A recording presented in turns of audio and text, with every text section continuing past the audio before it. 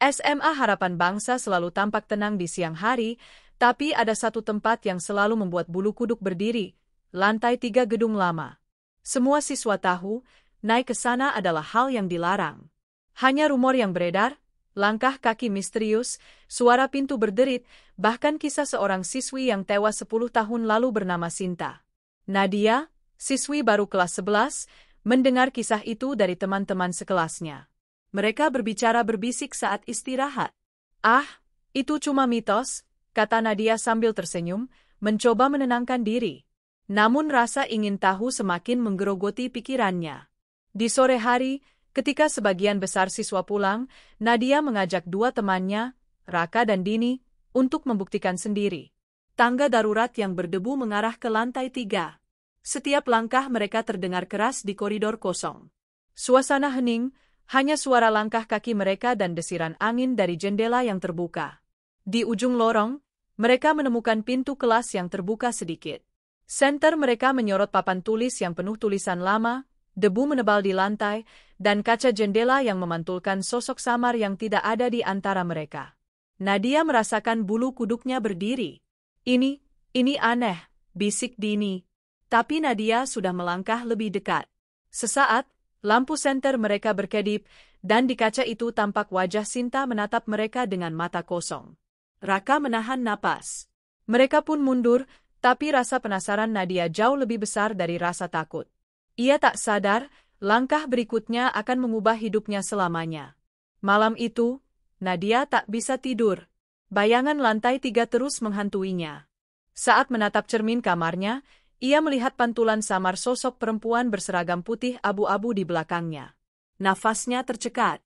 Keesokan harinya di sekolah, Raka dan Dini mulai menjauh. Mereka tampak ketakutan, tapi Nadia malah semakin penasaran. "Aku harus tahu kebenarannya," gumamnya. Di lantai 2, Nadia menemukan tangga kecil tersembunyi menuju lantai 3. Udara di sekitarnya terasa lebih dingin. Setiap langkah memicu desiran angin yang aneh. Begitu sampai, lorong tampak kosong, tapi lampu yang mati tiba-tiba berkedip sendiri, menimbulkan bayangan bergerak di dinding. Nadia menyalakan senter, menyorot pintu kelas terakhir. Papan tulis masih penuh catatan lama Sinta, dan di jendela, bayangan itu semakin jelas. Wajah Sinta menatap lurus padanya. Nadia tersentak, tapi rasa takut dicampur rasa penasaran membuatnya melangkah mendekat. Begitu ia menyentuh kaca, hawa dingin menyergap tangannya, seperti tangan lain menahan dirinya. Suara bisikan tipis terdengar, memanggil namanya perlahan. "Nadia Menilonlita, tahu sesuatu menjerakan sedang menangganya." Hari-hari berikutnya, Nadia mulai mengalami kejadian aneh. Di kelas, suara langkah kaki terdengar di belakangnya, padahal tidak ada siapapun. Di kamar mandi, ia mencium bau bunga melati terbakar. Cermin selalu menunjukkan sosok Sinta di belakangnya. Raka dan Dini mulai menolak bicara dengannya. Mereka menyarankan Nadia untuk berhenti, tapi ia merasa terikat dengan lantai 3. Sesuatu memanggilnya, dan Nadia merasakan perasaan ingin dipenuhi rasa ingin tahu itu lebih kuat dari rasa takut. Suatu malam, ia kembali ke lantai 3 sendirian. Tangga berderit di bawah kakinya. Lorong gelap, hanya senter yang menyorot debu dan cat yang mengelupas. Pintu terakhir terbuka perlahan, seperti menunggu kedatangannya. Di dalam kelas, papan tulis kosong tiba-tiba terisi tulisan tangan. "Kenapa kamu datang?" "Aku menunggumu." Nadia menatap sekitar, jantungnya berdegup kencang. Dari jendela, terlihat pantulan Sinta yang menatapnya dengan mata kosong, senyum tipis di bibirnya. Nadia memutuskan mencari kebenaran tentang Sinta.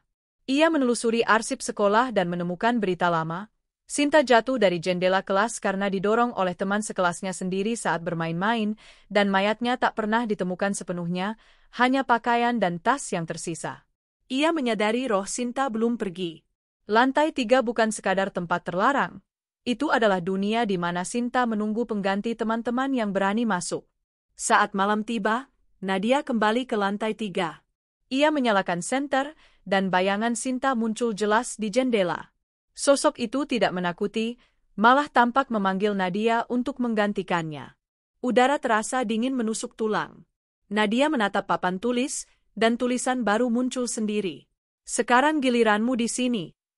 Raka dan Dini yang menunggu di bawah tangga merasakan hawa mencekam, tapi tidak bisa berbuat apa-apa. Nadia melangkah ke tengah kelas, tangan gemetar. Bayangan Sinta menempel di kaca, seakan menahan dirinya.